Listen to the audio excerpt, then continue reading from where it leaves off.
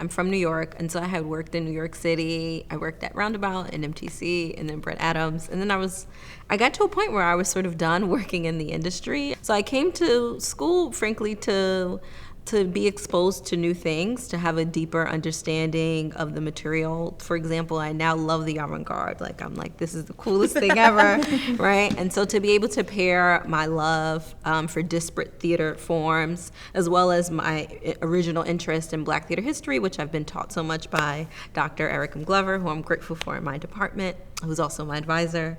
So to be exposed to different forms of theater in addition to being able to form community that's the reason why Yale. I think that I wanted to step away and sort of be challenged academically. And this was the place that I definitely have been able to do that and then some. I did not grow up with many resources in my community. Between Waterbury and Naugatuck, very small town, small city. And my family sacrificed a lot for me throughout my education, even in high school. And, Yale was kind of the dream down the street when I was 16 years old. So it was not expected, but an obvious yes once I got the little letter. So that got me into undergrad. And then, like I said, in my final year of undergrad, I kind of embraced that I wanted to be a stage manager and I wanted to pursue theater and art.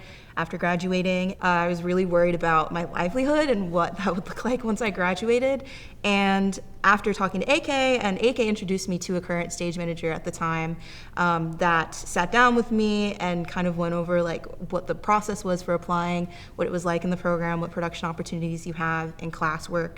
And also a huge thing for me was that Narda was the incoming chair. A lot of her philosophy about care, about equity, diversity, and inclusion were all things that really spoke to me. I started theater really young, from the time I was about 4, and I was an actor all the way up until probably about high school. And then I went to college and was sort of thrown and thrust into stage management, which is sort of how a lot of folks are.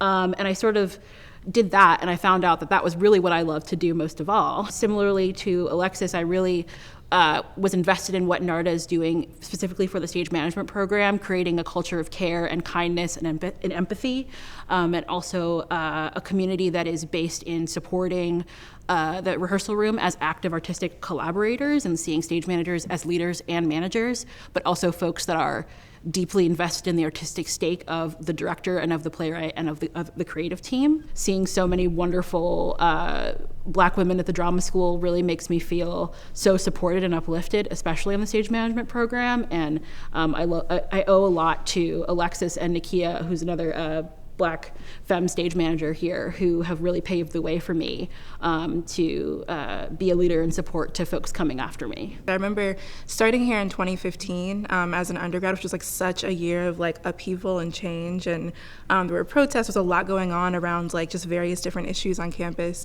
and it's so interesting. I don't think about things in terms of this linear progress thing, but I'm super interested in the ways that seeing mentees and people that I worked with when I was an undergrad, and seeing the different ways people have banded together and built community and continue to press and create space in this institution that in a lot of ways is not built and structured for Black and brown people. Really being able to have a program that is predominantly and at moments all people of color has been really radical and really transformative for me in terms of feeling supported in this institution and in this world. Being able to share work with that lens has been paramount and absolutely extraordinary and priceless.